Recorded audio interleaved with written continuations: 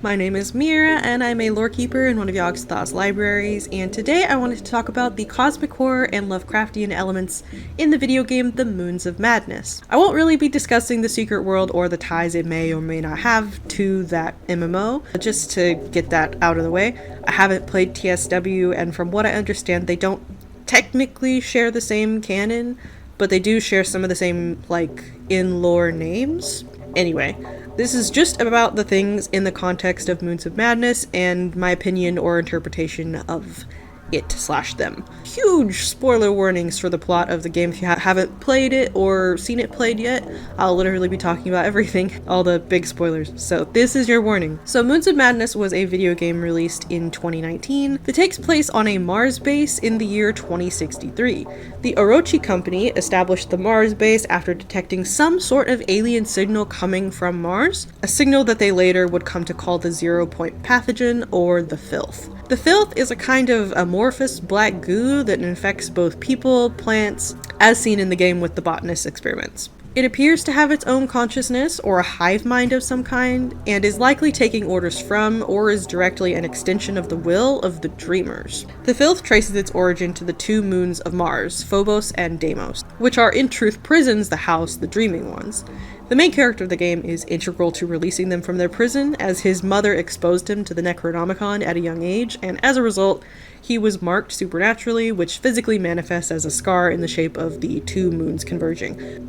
Very little information is actually given to us about the Dreamers, other than they are being held captive in the moons or dream prisons via something called the Gaia engine. The Gaia engine was created by ancients to keep the Dreamers asleep. The ancient alien civilization that built the temple and the engine on Mars are unfortunately long gone, but the ruins of the temple are covered with murals and writings that are later described as warnings of what will happen should the Dreamers break free.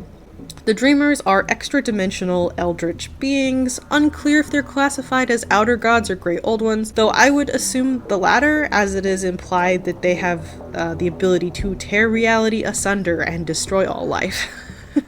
Which just seems like a very great old one thing to me to do. They seem to be able to communicate or reach out via the Filth, and in the case of the main character's mother, it seems that they also can communicate and either brainwash or tempt mortals into helping them escape somehow. Mother of the main character, in turn, also sort of becomes a dimensional and time-traveling entity herself called the Witch.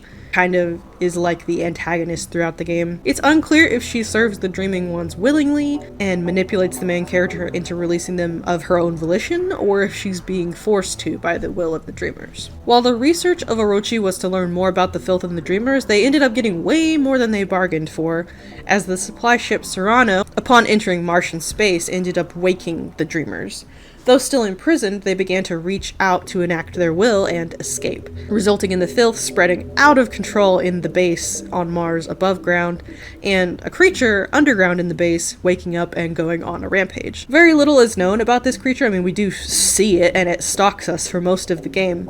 It reminds me a lot of a dimensional shambler. The main character's mother manipulates him into sabotaging the Gaia engine, and in the end, one can make the choice to either nuke the moons so that the Dreaming Ones can never emerge, or one can do nothing and allow them to break free.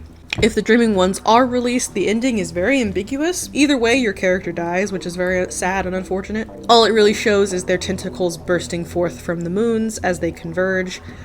It can be assumed that they then bring about the end of life on Earth, or the end of reality as we know it. We hear like a little radio transmission at the end, but it's just about like how the moons have suddenly disappeared from around Mars. It's not very specific at all. Yeah, I just really love this game. I kind of wished it had been longer, or that they had made like a DLC or something for it. But yeah, it's one of my favorite cosmic horror games, one of my favorite Lovecraftian games. Even the title is a play on Mountains of Madness, the Moons of Madness. So yeah, I just wanted to talk about it a little, and I hope you enjoyed listening to me talk about it. I don't know, I'm awkward.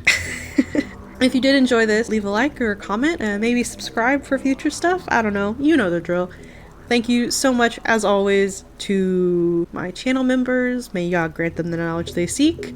This game is so much fun, and I really enjoy watching people play through it. I might go rewatch a playthrough after I'm done recording this, actually. So yeah, I hope to see you all next time here in the library.